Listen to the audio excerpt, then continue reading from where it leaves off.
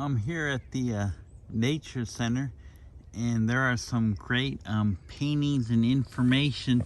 This is made by a series of Barb, I'll let you read it, Barb Speed's Labus, and this is from 2007, and it's Lake Michigan. It shows the AOI steelhead trout, Chinook salmon, lake whitefish, deep water sculpin, lake trout, lake sturgeon.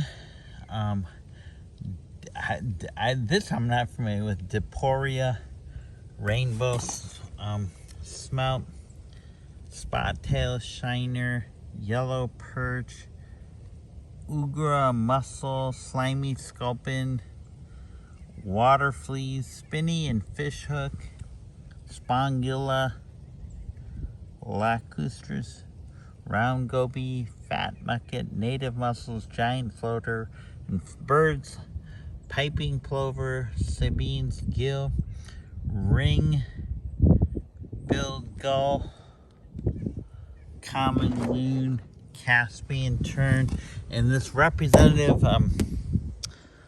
Lake Michigan food web is really cool. The wind's blowing this.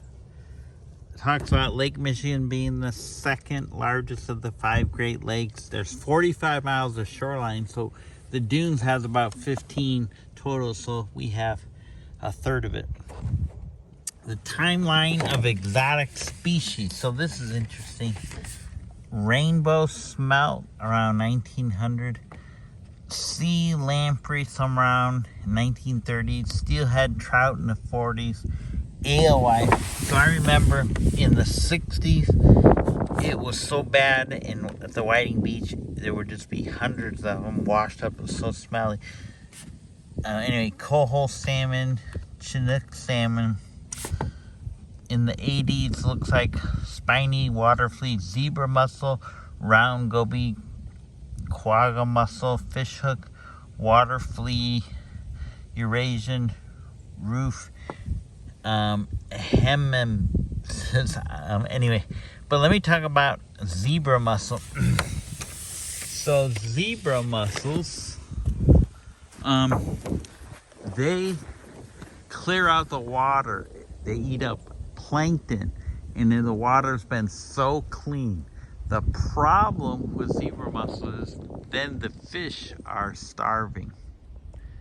So you have cleaner lake looking, but then you have